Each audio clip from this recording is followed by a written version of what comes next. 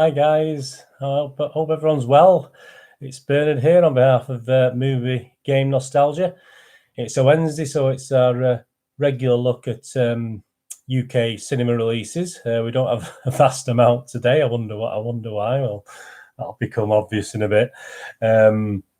Just have 3 movies today. I think there's only one actually on general release. The other 2 are you will find if you scout around at various cinemas. All the main chain, Odeon, Showcase should be showing these things. Cineworld should be showing them, but obviously very limited. A couple of these today, but there's one biggie, obviously, that everyone probably knows about. That is obviously it. Chapter 2 has come out today. It's already got an IMDb rating of 8.4, obviously based on 100 and odd reviews. So that's an excellent score, obviously 8.4 out of 10. I was a big fan of the first back on television back in the day.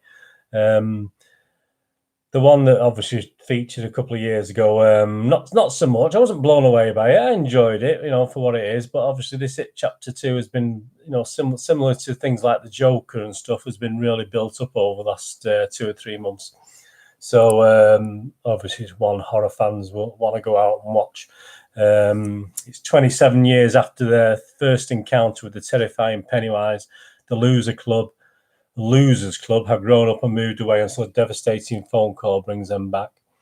Directed by Andy Muschietti, writers Gary Doberman and Stephen King, based on the Stephen King, obviously, which we all know. I think we all know that now. Stars Jessica Chastain, James McAvoy, Bill Hader, plus many, many, many more. It's just basically classed as a horror. There's no further information needed. 2 hours 49 minutes, so we've got a bit of an epic here, guys. It's a long one. If that's good or bad, I don't know. Well, what I'll do today, because I just usually look at user reviews, but we're a bit light on user reviews, and I say I was hoping to get a preview copy. I've seen as much information on it as I can, but sadly I failed miserably on getting a preview copy of this one. I hope to watch it quite soon, obviously well before the DVD comes out anyway. So we've got three user reviews on IMDb, and they're all quite complimentary. 10 out of 10. It Chapter 2 is one of the best Stephen King's second parts final chapter yet. It's not a sequel, it's the second half unifying the story. It's had the humour, the jump scares, and all the scary fun that the audience and the Pennywise fans will love. So obviously enjoy that. 9 out of 10 lives up to the hype, and I won't read that one out because it's got spoilers in it. 10 out of 10. Time to kill this something clown. If you enjoyed Chapter 1, then Chapter 2 will not disappoint. 10 out of 10. Not as scary as Chapter 1, but still fun. So there you go, 10 out of 10, even though they didn't think it was as scary.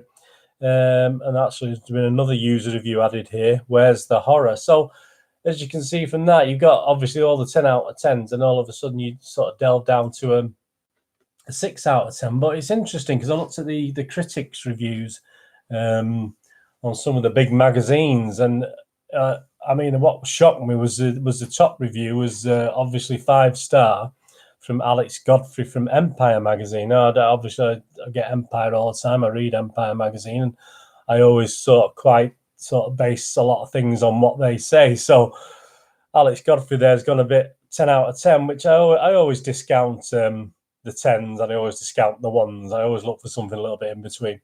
Alex Godfrey did say in Empire, psychologically merciless sequel. Everything here is as it should be.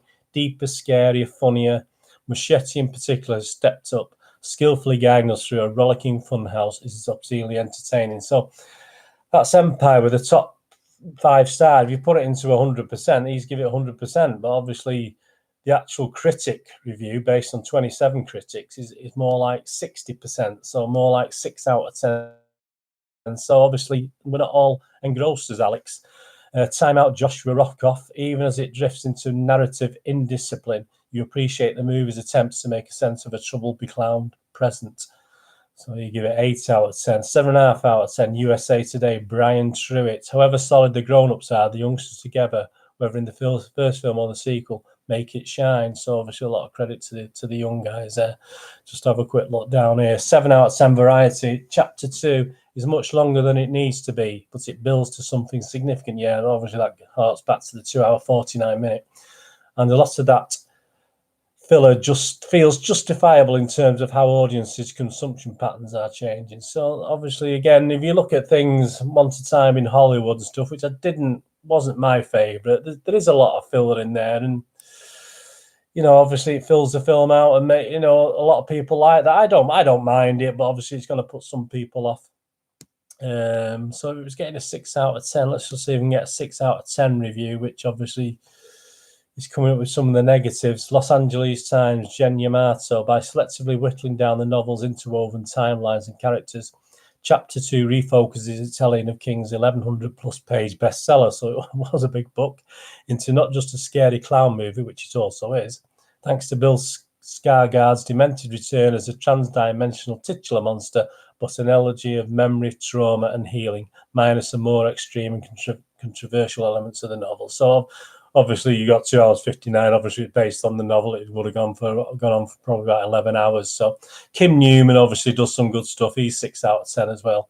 While the film stumbles and meanders, however, there is no denying that it delivers enough set pieces for 3 regular horror films. So obviously, Kim Newman, obviously another voice I sort of will listen to. He likes it. And the bottom mark came from Peter Bradshaw from The Guardian. He gave it 4 out of 10.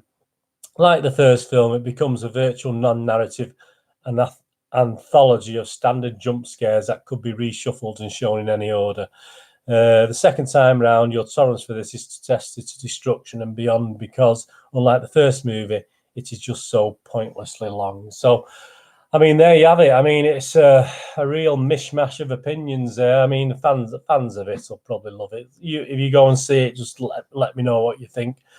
Yeah, as I said, Chapter 1 I wasn't overly impressed with. It wasn't my favourite thing of all time. So some of those comments there, some of the critics' reviews, I would probably agree with them. I wouldn't say anything particularly different to that. But yeah, it's been one of the bigger hype ones. It'll be interesting to see how it goes at the cinema. You get out and watch it, see what you think, and you let me know. I certainly wouldn't put anyone off going out and watching that. So that's it, Chapter 2, which is on general release at the cinema in the UK today. Right, next couple, just a quick couple here. It's probably a short one today. The first film I'm going to look at is a thing called Sprinter. And obviously, it's not people I'm familiar with. It's got a limited release, this one, but it's got a 7.7 out of 10 rating on IMDb. So it's getting a few good reviews. And the story, it's a drama and obviously sport-based film, a sprinter, so that goes in hand. An hour and 54 minutes, perhaps a little long. A boy separated from his mother who has moved to the United States for a better life is set to be Jamaica's next track and field sensation. It stars Lorraine, Toussaint, David Alan Grier, Bisha Y. Gray. Obviously names I'm not overly familiar with there. It tells the story of Akeem Sharp, who is set to be Jamaica's next big track and field sensation. Akeem hopes a rise in the track and field world will take him to the US to reunite with his mother, who has supported the family while living as a legal resident for over a decade. But Akeem's rising star is weighed down by turmoil at home, a volatile father, an unruly older brother who insinuates himself into Akeem's career as a means of escaping or perhaps enhancing his scam artist hustle. So, as you can see, I mean, it's obviously backed financially in the US and from Jamaica. Find a couple of user reviews on this one if I can. Again, it's not. I've seen the trailers of it. It looks a typical sort of thing you would see for this. It looks a typical. Yeah, I mean, it's brand new. There's not even any user reviews on this. I mean, if I have a look at one of the other websites, we've seen it. There's all this sort of thing where obviously you can see he's trying to make a trying to make a thing for himself, and obviously his mum's trying to send him money back to do well, and it's a coming of age drama sort of thing. But it's actually an hour and 59. I think it may be a little bit long-winded, but if it's out there and you fancy watching it, I mean, it's absolutely nothing on there that's coming up for Sprinter at all. It surprised me. I didn't even know it was out till I looked yesterday, obviously, when I was looking at the thing. We do have critics reviews, so obviously there's no user review, so we're going to have to rely on critics reviews again. I'll just look at one of them, which I had a look at earlier on. It's from the Los Angeles Times, Kimber Myers. So I'll just read a little bit of what he said about it. It's executive produced by Jada Pinkett Smith and Will Smith. Sprinter tells a standard sports story with all genre elements we've seen before.